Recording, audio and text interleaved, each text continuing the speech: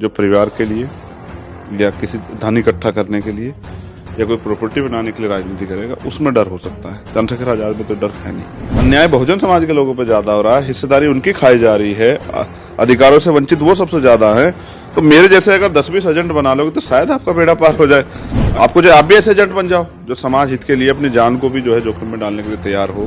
हिंदुत्व के नाम पे हम लोग ठगे जा रहे हैं। हिंदुत्व के नाम पे जो मुद्दे हैं हमारे, उनसे हमें बहुत दूर कर दिया जा रहा है। सत्ता संघर्ष से मिलती है। हमारे नेताओं को लगता है कि सत्ता ट्वीट करने से मिल जाएगी। उन्हीं लोगों का आंदोलन कामयाब होता है जिनके अंदर समर्पण होता है। व्यक्तिगत हितों के लिए जीने वाले लोग व्यक्तिगत ही रह जाते हैं, मूवमेंट नहीं चला पाते। जहां कॉलोजियम सिस्टम से ऐसे जज बैठे हैं साहब, उनसे आप उम्मीद करें कि वो सामाजिक न्याय या न्याय के सिद्धांत को जो है लागू होने दें, क्योंकि यहाँ ऐसे भी वर्ग हैं कि जिनको बिना मांगे ईडब्ल्यूएस मिल जाता है, और यहाँ ऐसे भी वर्ग हैं जो हत्या और बलात्कार होने पे न्याय के लिए जूते रगड़ देते हैं और न्याय नहीं मिलता, मुकदमे दर्ज होते हैं। और संविधान के विरुद्ध में अगर कोई तैयार होगा तो उसका विरोध मैं ईडब्ल्यूएस के भी खिलाफ हूँ और मैं कॉलोजियम के भी खिलाफ हूँ। 8 लाख रुपए वाले गरीब हैं तो 2.5 लाख वालों से टैक्स क्यों ले रहे हैं? मैं ही अध्यक्ष और मैं ही मुख्य वक्ता, मैं ही मुख्य अतिथि, और मेरी कुर्सी सजेगी, माला भी मेरे गले में गिरेगी। अगर चंद्रशेखर नीचे भी बैठ जाए तो कोई पासी समाज से, कोई धोबी समाज से, कोई खटीक समाज से, कोई कोरी समाज से अगर वो आके मंच पे बैठ जाए तो क्या दिक्कत है? कहीं भी एमपी मिलने बनना तो कुछ ही कर लेते। ये दल इसलिए चला रहे हैं कि अपनी इस यहाँ ताला ना मिले। हो सकता है आपका वहाँ साथ ना निभाए, लेकिन जो आपके संघर्ष के साथी हैं, जो आपके साथ हैं, जो आपसे उम्मीद और विश्वास रखते हैं, अगर आप उनका विश्वास तोड़ते हैं, वह मुंह का कड़वा जरूर नहीं पे, लेकिन दिल मेरा बहुजन आंदोलन के प्रति उतना ही साफ है जितना एक माँ का अपने बच्चे के प्रति होता है।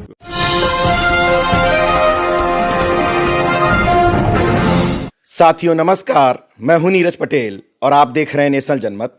गूंगी बहरी राजनीति के इस दौर में एक शख्स है जो न सिर्फ मुद्दों के लिए बोलता है बल्कि जरूरत पड़ने पर सड़क पर भी उतरता है, आंदोलन भी करता है। चंद्रशेखर आजाद।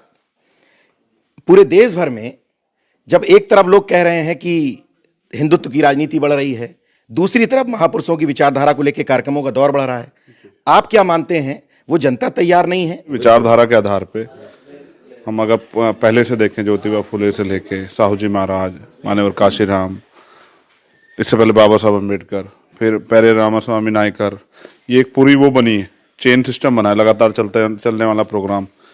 फिर महामना रामसु वर्मा, इधर जगदेव प्रसाद कुशवाहा, कर्पूरी ठाकुर, ये एक लगातार चलता रहा। लेकिन काशीराम साहब के जाने के बाद पिछले 15 सालों में 2006 से लेके और 22 मैं अपने आंदोलन को बहुत वो नहीं करता, क्योंकि ये सब महापुरुषों के आंदोलन को आगे बढ़ाने की एक प्रक्रिया है, पहचान भी और सब चीज उनकी वजह से।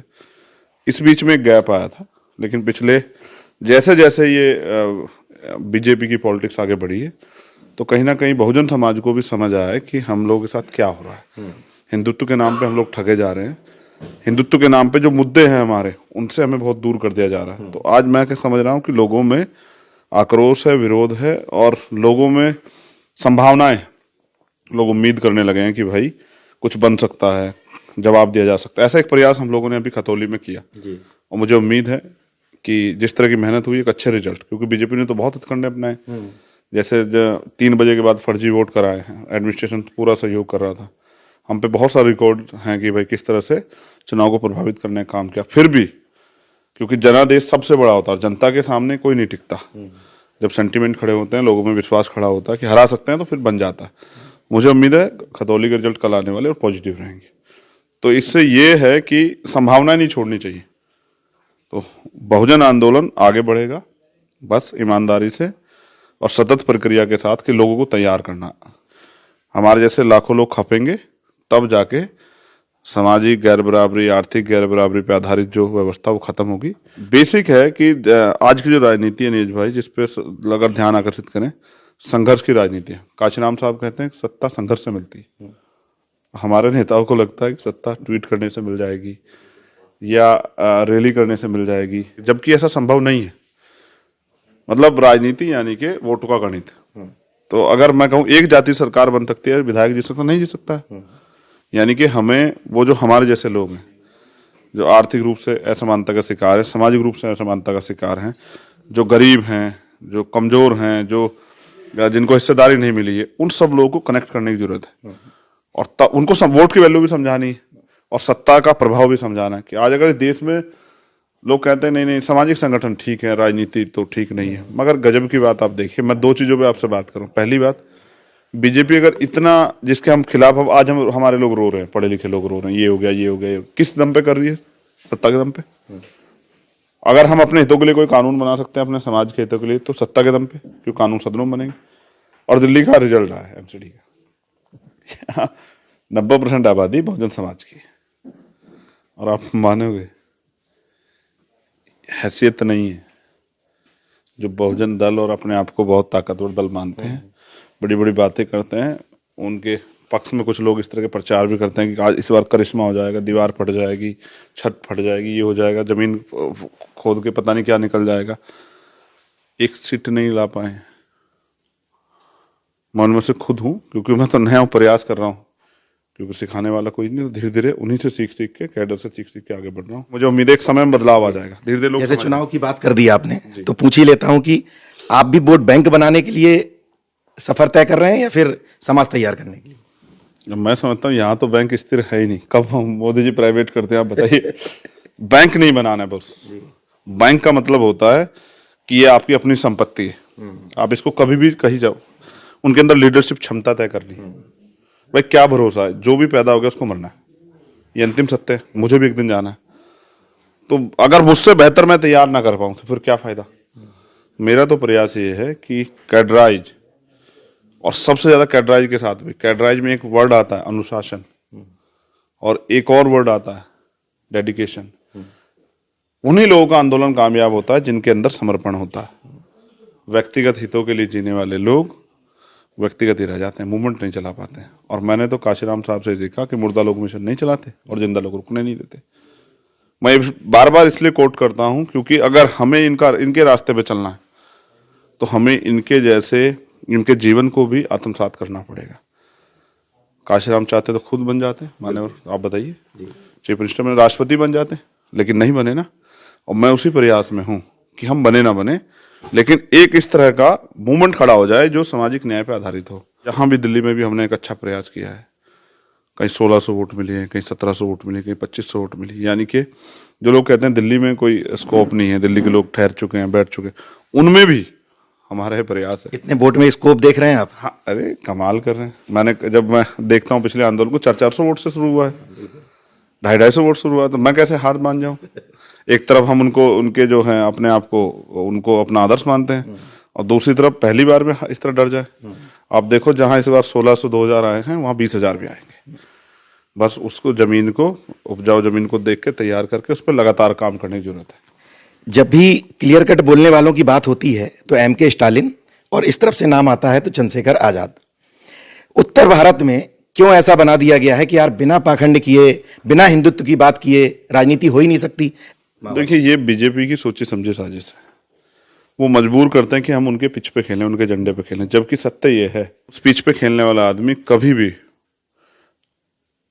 जो बुनियादी काम हैं, जो वास्तविक जरूरत है, जिन चीजों के लिए हम लोग आंदोलन चला रहे हैं, राजनीति कर रहे हैं, उन पे काम कर ही नहीं सकता है। अमनीश भाई, मैं एक बात आपसे जरूर कहूंगा आज, मैं जो लोग दूसरे दलों में उनसे भी कहना चाहता हूं, आप मेरे ऊपर लाख आरोप लगाओ, खूब बुराई करो जितनी करनी है, मुझे छोटा बड़ा एजेंट वजेंट जो कहना है हाँ, लगाने वाले खूब लगाते हैं, खूब वो करो। जो लोग बहुजन दलों में, उनको भी कह रहा हूं, लेकिन वास्तविकता में आप सोचो, अगर आप कहीं और भी हैं तो क्या आप अपने समाज के हितों की रक्षा कर पा रहे हैं, उनके लिए बोल पा रहे हैं? या फिर भाई लोकतंत्र है ये।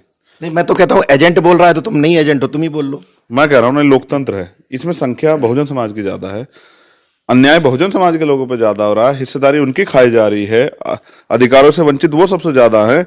तो मेरे जैसे अगर 10-20 एजेंट बना लोगे तो शायद आपका बेड़ा पार हो जाए। कुछ आप भी ऐसे एजेंट बन जाओ जो समाज हित के लिए अपनी जान को भी जो है जोखिम में डालने के लिए तैयार हो, व्यक्तिगत जीवन को भी जोखिम में डालने को तैयार हो, और तो आप भी ऐसे एजेंट बन जाओ, तो इस समाज का भला हो जाएगा। लेकिन आप जहां भी हो, अगर हमारे व्यक्ति बीजेपी कांग्रेस में भी हैं तो मैं उनसे भी कहूंगा कि वो भी अपने समाज के हितों को, उनके मुद्दों पर बोलें, क्योंकि यहाँ ऐसे भी वर्ग हैं कि जिनको बिना मांगे ईडब्ल्यूएस मिल जाता है, और यहाँ ऐसे भी वर्ग हैं जो हत्या और बलात्कार होने पे न्याय के लिए जूते रगड़ देते हैं और न्याय नहीं मिलता, मुकदमे नहीं दर्ज होते। तो अगर क्लियर कट ईडब्ल्यूएस के खिलाफ है आप बताइए, जो संविधान के विरुद्ध में है मैं उसके विरुद्ध में हूं ही। भाई हमें तो जो कुछ मिला है हमें संविधान से मिला है, और संविधान के विरुद्ध में अगर कुछ तैयार होगा तो उसका विरोध मैं ईडब्ल्यूएस के भी खिलाफ हूं और मैं कॉलोजियम के भी खिलाफ हूं। ये दोनों चीजें दोनों सिद्धांतों की हत्या कर रही हैं। दोनों एक दूसरे से आई हैं। हाँ, अब देखिए, अब जो सुप्रीम कोर्ट के जज बैठ के तय कर देते हैं कि साहब हमारी जाति के लोगों को आर्थिक आधार पर आरक्षण मिलना चाहिए नहीं मिलना चाहिए। अब मैंने उस पर एक तमिलनाडु का जो है वो एक ऑर्डर, वहां के जस्टिस साहब का ऑर्डर पढ़ा, जो कहते हैं कि अगर 8 लाख रुपए वाले गरीब हैं, मद्रास हाई कोर्ट ने कहा है 8 लाख रुपए वाले गरीब हैं तो 2.5 लाख वालों से टैक्स क्यों ले रहे हो? बिल्कुल सही है। अगर गरीबी का जो आधार है वो प्रति व्यक्ति आय 8 लाख रुपए है या पारिवारिक आय 8 लाख रुपए है, तो 2.5 लाख रुपए वाले परिवार से फिर इनकम टैक्स, फिर जो है वो इनकम टैक्स की सीमा 8 लाख कर दो, तो कहीं 6 लाख में हम ठगे जाते हैं, कहीं हम 2.5 लाख में ठगे जाते हैं। भाई जिनकी लाठी उनकी भैंस, लोकतंत्र में यही हो रहा है। अच्छा, एक अंतिम सवाल, जब बहुजन राजनीति या बहुजन संगठनों की बात होती है तो मुझे लगता है कि वो कुछ ओबीसी की कुछ जातियां, एससी की कुछ जातियां उन्हीं के इर्द गिर्द घूमती रहती है, इसलिए जो निचला तबका है वो धर्म की बजाय अपना वहां मुखौटा देख करके चला जाता है। सहमत हूँ, बिल्कुल सहमत हूँ। भाई मैं ही अध्यक्ष और मैं ही मुख्य वक्ता, मैं ही मुख्य अतिथि, और मेरी कुर्सी सजेगी, माला भी मेरे गले में गिरेगी, तो भाई समाज भी मुझे वही पसंद करेगा। भाई देखो, अगर आप बहुजन आइडियोलॉजी की बात कर रहे हो तो बहुजन में 6,743 जातियां आती है। अब आप 6,743 लोग इकट्ठे कर लोगे तो आपकी बहुत बड़ी रैली हो जाएगी। तो आपको चाहिए ना हर जाति का प्रतिनिधि तैयार करो। अगर आप बहुजन की बात कर रहे हैं तो आप सोचो, जिस संगठन में, जिस दल में 6,743 जातियों के लोग लीडर हो जाएंगे तो क्या उसका इस देश पे राज नहीं होगा? वो तो अगर अपनी जाति के 100 लोग तैयार करके दिल्ली आ जाएंगे तो दिल्ली बंद हो जाएगा। तो मैं समझता हूं हमें समझना चाहिए कि सामाजिक न्याय के नाम पे हम लोगों को ठग नहीं सकते हैं, और अगर हम सम्मान भी नहीं दे सकते हैं तो फिर अच्छा, कुछ जाते तो नीरज भाई सम्मान ही चाहती है। भाई वो अवसर तो उनको तब मिलेगा जब हम लोग सत्ता में आ जाए, क्योंकि अगर सोचो जिनकी संख्या कम है वो नहीं जीत पा रहे और सामाजिक भाईचारा वहां नहीं बना है, तो हमें चाहिए, हम पे उदाहरण है ना, बहुत सारे उदाहरण हमें मिलेंगे अवसर आने पे। हम उनको विधान परिषद भेज सकते हैं, हम उनको राज्यसभा भेज सकते हैं, हम किसी आयोग का चेयरमैन बना सकते हैं, बहुत सारी चीजें करने के लिए।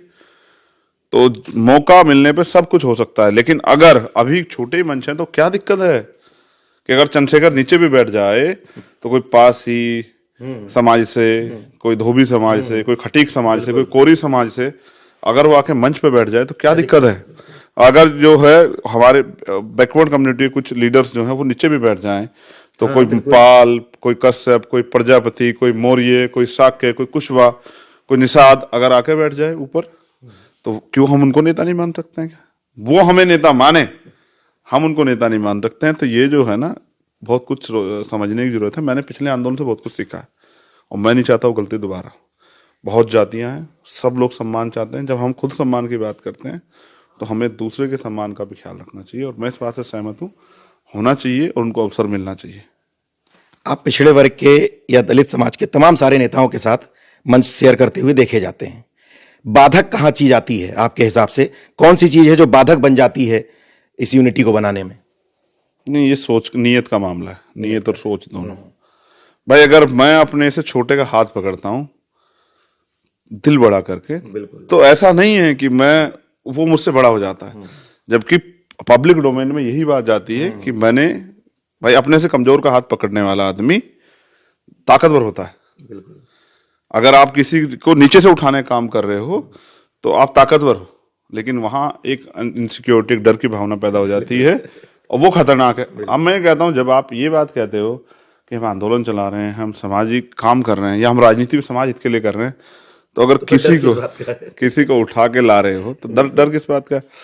देखो भाई, जो परिवार के लिए या किसी धन इकट्ठा करने के लिए या कोई प्रॉपर्टी बनाने के लिए राजनीति करेगा, उसमें डर हो सकता है। चंद्रशेखर आजाद में तो डर है नहीं, क्योंकि मैंने तो जब जमीन पे, जैसे कुछ नेता यात्रा निकालने का प्रयास कर घूम रहे हैं, क्योंकि मैं पूरे देश में घुमा हूं तो मैंने इन हालातों में अपने लोगों को देखा है। और मैं समझता हूं आज के समय में, क्योंकि देखिए मीडिया की ताकत हमारे पास नहीं है, मेन स्ट्रीम मीडिया की, इकोनॉमिक रूप से भी हम बहुत सशक्त नहीं है, जुडिशरी में भी तो हम नगण्य हैं, लेकिन ये जो आरक्षण व्यवस्था से जो हमें एडमिनिस्ट्रेशन में अवसर मिला है वही थोड़ा बहुत है। वहां भी हम सत्ता के हिसाब से हैं, सत्ता के लोग चाहते हैं तो पदों पे हैं, वरना तो कहीं कचरे के डब्बे में पड़े हुए ऑफिस संलग्न है। तो वोट ही की ताकत है जिसके दम पे हम सत्ता परिवर्तन करके अपनी सरकार बना के और अपने लोगों के हितों की रक्षा कर सकते हैं, उनको अवसर दे सकते हैं, और कोई तरीका नहीं है। तो इस वोट की वैल्यू को समझाना पड़ेगा, और जिस दिन ये वर्क वोट की वैल्यू को समझकर संगठित हो जाएंगे उस दिन परिवर्तन हो जाएगा।